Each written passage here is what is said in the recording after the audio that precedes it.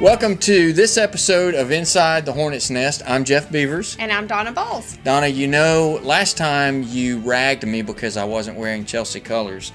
What do you think? I see you stepped up your game a little bit. I'm proud of you. And you know, anytime the coaches want to throw any swag this way, we'll be more than happy to wear it. That's right. We would. All right, so Donna, to start us off, briefly tell everybody what is going on for this month of March. Okay, well, it's a busy month, and March Madness isn't just for basketball, y'all. We have plenty of varsity baseball, softball, and soccer going on this month, and almost a game daily between all of those sports. And also, let's not forget the theater team's trip to Boston and spring break. Woohoo! Yes. You know, if you remember the success our varsity baseball team had last season, you remember that, correct? Yeah, I was there. Well, I spoke with two of the senior players, Carter Frederick and Jacob Boyle, who discussed last season's success and the early success the team is already having this season. Here's what they had to say. Mostly this season is all about, chemistry. So last year we got to where we were was because of chemistry. And so this year I think that there could be a little bit more added to that to where we could go the distance and try to repeat what we did last year, except finish it this time. I would say pitching. I think that, last year obviously we did have pitching, but this year, it's kind of unlimited for us. We have so many options. We got two dudes that start every single game, every big game, and then we got the guys that can pitch during the week for us. So I think that that's our biggest gain from last year. Mostly just to try not to do the same things as last year, because when you try to repeat the past, it never works for the present. So I would just say that just to be more prepared this time, know what's coming, and now we do. I think it's awesome. We got a lot of guys that have stepped up this year, a lot of guys that play this year that didn't play last year. And I think mostly the senior leadership is more of not just telling people what to do, but more just being a teammate to everyone. So yeah, it's been good. Just by being a good teammate and a good person, baseball is temporary. You're not going to have that forever, but the way you make someone feel lasts forever on them. So I would just say as a good teammate more than anything. I think we learned, just what it takes to take our team to the next level and become elite instead of good, and get us over the hump from, winning the area and being an early exit out of the playoffs to making a deep run in the playoffs and getting the state. Ever since I started playing baseball, I've been playing catcher, and you're involved in everything, every pitch. You just need to be mentally locked in, and you're just the captain on the field, and you tell everybody, where they need to be and what to do. He's great, He really lets the seniors have an impact on this team and lets us make decisions and talks to us about everything. He's really good at communicating team decisions with us. For being a great teammate and a really hard worker and just loving the game of baseball.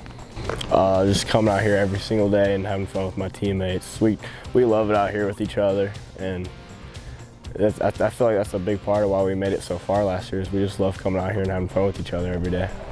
Yeah, it's really is a grind. We're out here every day, Even when it's raining, we're out here doing something, whether we're in the weight room or in the batting cages, and you just gotta love what you do. If you don't love the sport and truly love coming out here, then it's not for you, because you wouldn't be able to come out here every day and do the things that we do if you didn't truly love it.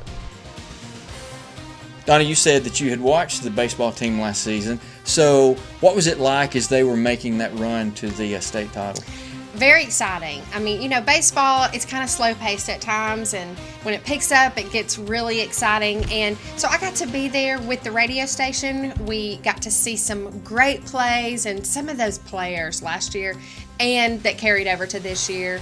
This is going to be an amazing season just from what I saw last year. And it looks like that they're picking up right where they left off last season, this season. Yes, just like the baseball team last season, the boys soccer team made a run in the playoffs as well. That's right. They were area champs last season, but unfortunately fell in the playoffs to rival Pelham.